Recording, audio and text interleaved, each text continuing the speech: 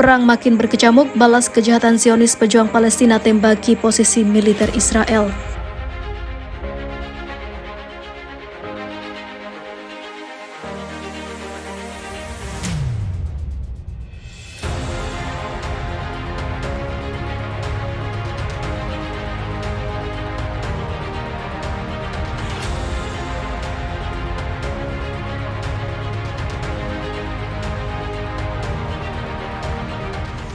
Sejumlah pejuang Palestina menyerang posisi kelompok pasukan rezim Zionis Israel di Nablus dan juga Tuil Karem di utara tepi barat.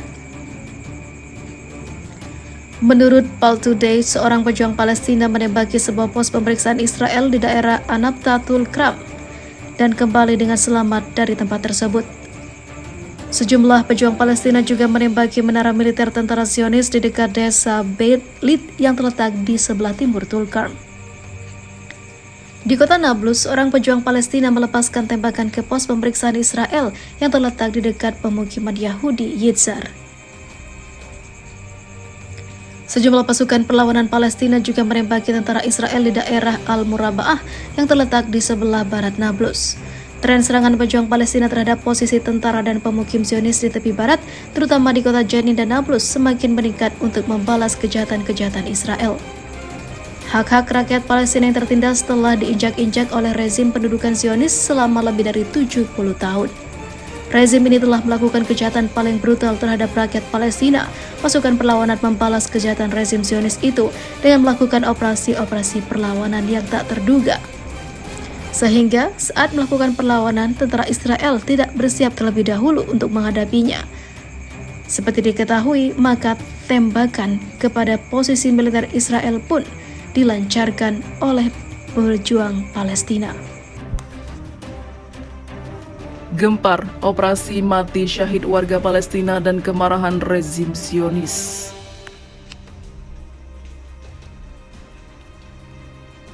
Pasukan rezim Zionis Israel menyerang kamp pengungsi di Jenin Utara tepi barat dan membunuh 3 pemuda, serta melukai belasan lainnya. Kejahatan ini merupakan tanggapan Israel terhadap operasi mati syahid warga Palestina. Selama beberapa hari terakhir, warga Palestina melancarkan 3 operasi mati syahid dengan menyerang pasukan Israel dan juga pemukim Zionis. Operasi pertama dilancarkan di daerah Beersheba, Bir al-Saba, operasi kedua di kota Hadera Kadeira, dan operasi ketiga di Bnei Brak, timur Tel Aviv. Operasi ini menghabisi 11 orang dari Israel. Jumlah korban ini lebih banyak dibandingkan jumlah korban biasanya.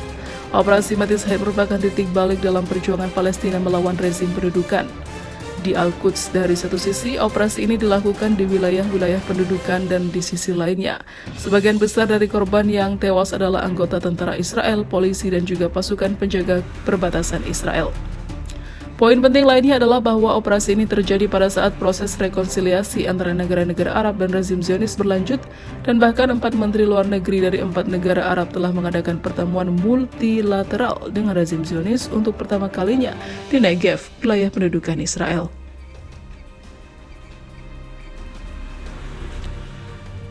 Konferensi tingkat tinggi atau KTT Negev 2022 di Palestina pendudukan yang melibatkan menteri luar negeri dari 4 negara Arab telah digelar.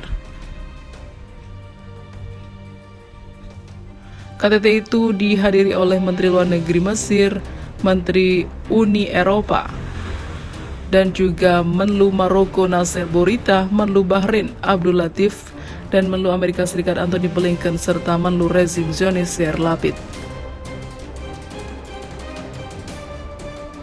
Abdel Bari Atwan, Kepala Penyunting Ral Al-Yom, dan analis serta tokoh Arab terkemuka mengatakan para pejabat dan pemukim Zionis secara keliru mengira bahwa rakyat Palestina telah menyerah dan berlutut, dan negara-negara Arab sedang mengejar metode kompromi yang sama.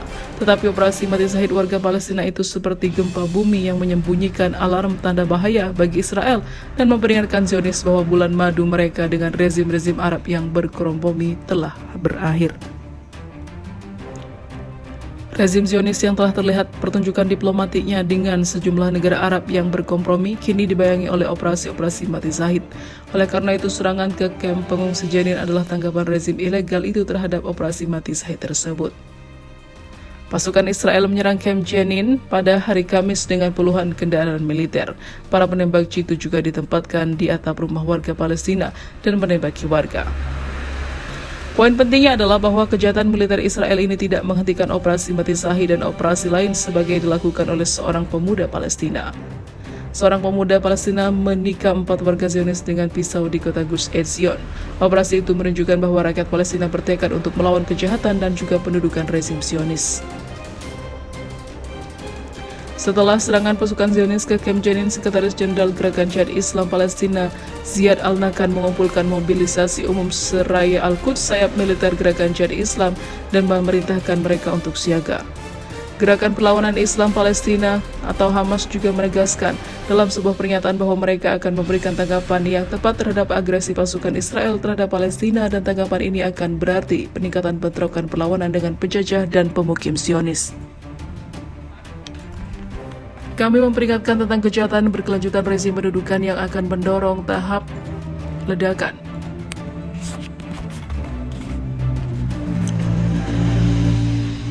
Yaitu ledakan yang lebih kuat dan lebih menyakitkan dari sebelumnya, tegas Hamas dalam pernyataannya.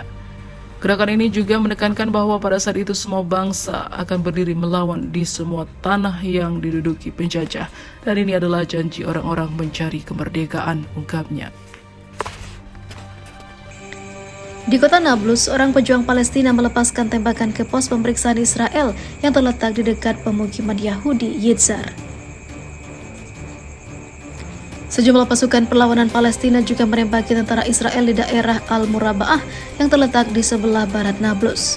Tren serangan pejuang Palestina terhadap posisi tentara dan pemukim Zionis di tepi barat, terutama di kota Jenin dan Nablus, semakin meningkat untuk membalas kejahatan-kejahatan Israel. Hak-hak rakyat Palestina yang tertindas telah diinjak-injak oleh rezim pendudukan Zionis selama lebih dari 70 tahun. Rezim ini telah melakukan kejahatan paling brutal terhadap rakyat Palestina. Pasukan perlawanan membalas kejahatan rezim Zionis itu dengan melakukan operasi-operasi perlawanan yang tak terduga. Sehingga saat melakukan perlawanan, tentara Israel tidak bersiap terlebih dahulu untuk menghadapinya. Seperti diketahui, maka tembakan kepada posisi militer Israel pun dilancarkan oleh pejuang Palestina.